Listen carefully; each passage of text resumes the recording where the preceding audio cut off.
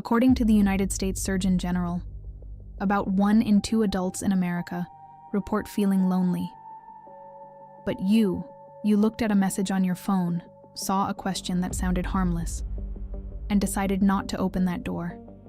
You did not panic. You did not explain yourself. You did not give them another piece of you. And that is what people misunderstand about quiet intelligence. Smart people do not avoid questions because they are scared of talking. They avoid certain questions because they can hear the hook inside them. Over the next 8 minutes, you will understand why some questions are not really questions.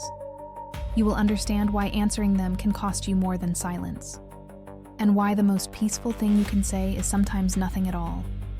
And if you have ever been called cold, distant, secretive, or hard to read, stay with me.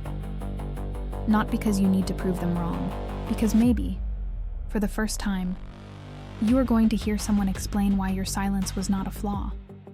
So here is the real question. When did you learn that not everyone deserves an answer? You were not always like this.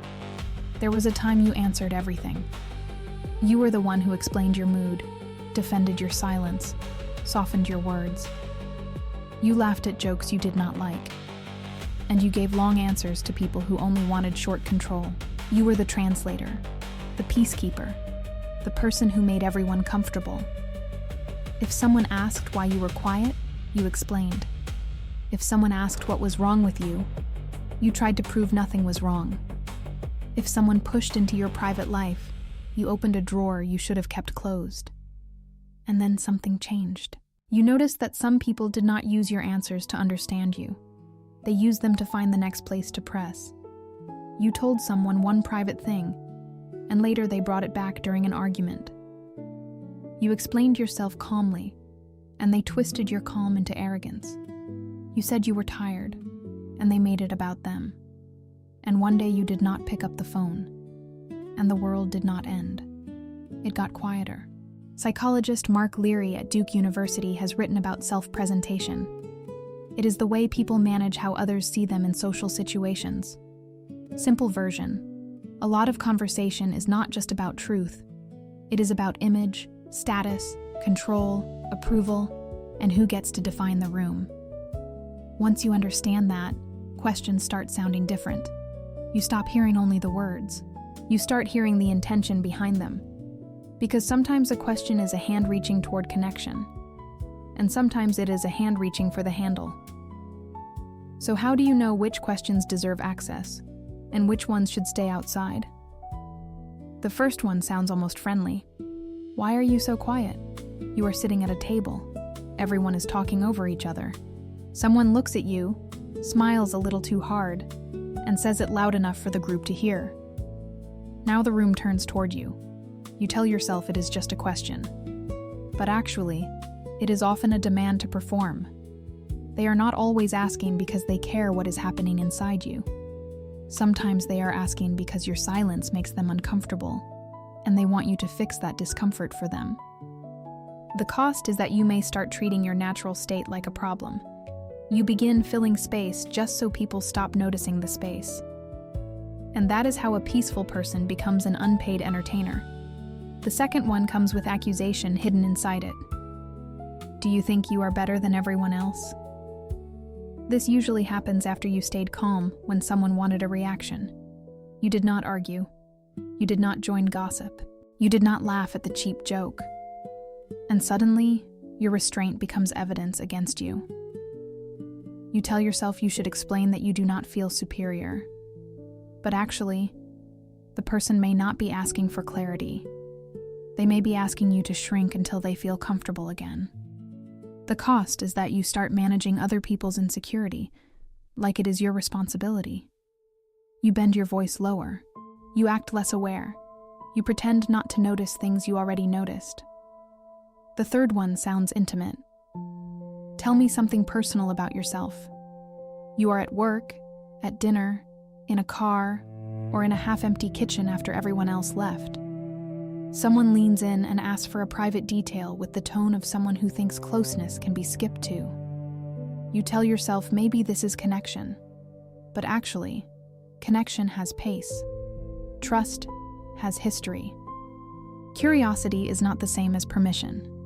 The cost is that if you confuse pressure with closeness, you give people material before they have shown you character. And some people do not collect stories to know you. They collect stories to use later. Stop. Before we go further, everything you have heard so far is not a compliment in pretty packaging. These are real adaptations of your psyche. This is what happens when your mind learns that access must be earned, not handed out because someone asked loudly. The fourth one appears when drama enters the room. Whose side are you on? Someone calls you with the whole story already edited. They give you the emotional version first. They leave out the part where they raised their voice, crossed a line, or ignored a warning. Then they ask you to choose. You tell yourself loyalty means answering fast, but actually, fast loyalty can make you a weapon in someone else's conflict. The cost is that if you always pick sides before you understand the whole room, you may lose your relationship with the truth. And smart people know that some people do not want support. They want backup. The fifth one is the clearest bait. Can you prove how smart you are? It might not sound exactly like that. It may sound like, come on, explain it then. Or, if you are so smart, answer this. Or, let's see what you know. You tell yourself you should show them. But actually, the moment you audition your mind for someone who wants entertainment, you have already stepped into their game. The cost is that you can become addicted to proving yourself to people who were never qualified to judge you.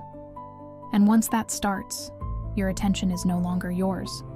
It belongs to whoever claps, challenges, mocks, or provokes. So now the question is not whether smart people can answer. Of course they can. The question is why they often choose not to. And here's where it gets complicated. But here's where it gets complicated. Not answering can protect you. But it can also become a habit you stop questioning. At first, you are protecting your peace. Then one day, someone safe asks a real question, and your body treats it like an attack. A friend asks, "Are you okay?" A partner asks, "What do you need?" Someone who actually cares knocks gently, and you still hear danger. That is the dark side nobody likes to admit. The same filter that keeps manipulative people out can also keep good people waiting outside too long.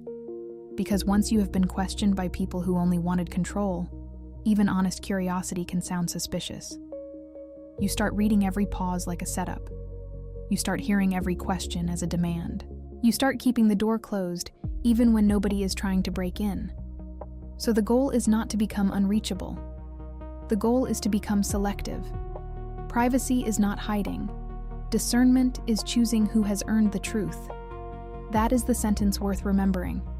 Not because it sounds nice, because it can change how you handle people. This is not only for introverts.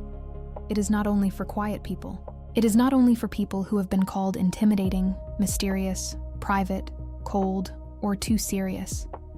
It is for anyone who has ever walked away from a conversation, feeling like they gave too much to someone who gave nothing back. You are allowed to pause. You are allowed to ask yourself what a question is really asking from you. You are allowed to decide that your private life is not a public lobby. But how do you know when silence is wisdom, and when silence has become a wall? That is what changes everything. If you are watching this and wondering if something is wrong with you, hear me. You are not rude. You are not broken. You are not difficult. You are someone who learned that access to your mind, your history, your emotions, and your peace should not be automatic. And that lesson may have saved you more times than you can count. The Harvard study of adult development has followed lives for more than 85 years. And the main finding is simple. Good relationships keep people healthier and happier. Not loud relationships. Not crowded relationships. Not relationships where you have to explain your every breath. Good ones. That means the goal is not to answer everyone. The goal is to recognize who can hold the answer without turning it into a weapon. So if your circle got smaller but calmer, you are not doing this wrong. If your phone got quieter but your mind got lighter, you are not falling behind. If you stopped explaining yourself to people who only wanted more access, that is not weakness. That is maturity. There will still be people who call you cold because you do not open the door on command. Let them. Some people only call you distant because they are used to walking into places they were never invited. Your peace does not need a public explanation. Your privacy does not need a defense speech. Your silence does not need to perform for people who only understand noise. Keep the key, and when the right person asks the right question with the right care, you will know. Not because they push harder, because you will not feel pushed at all.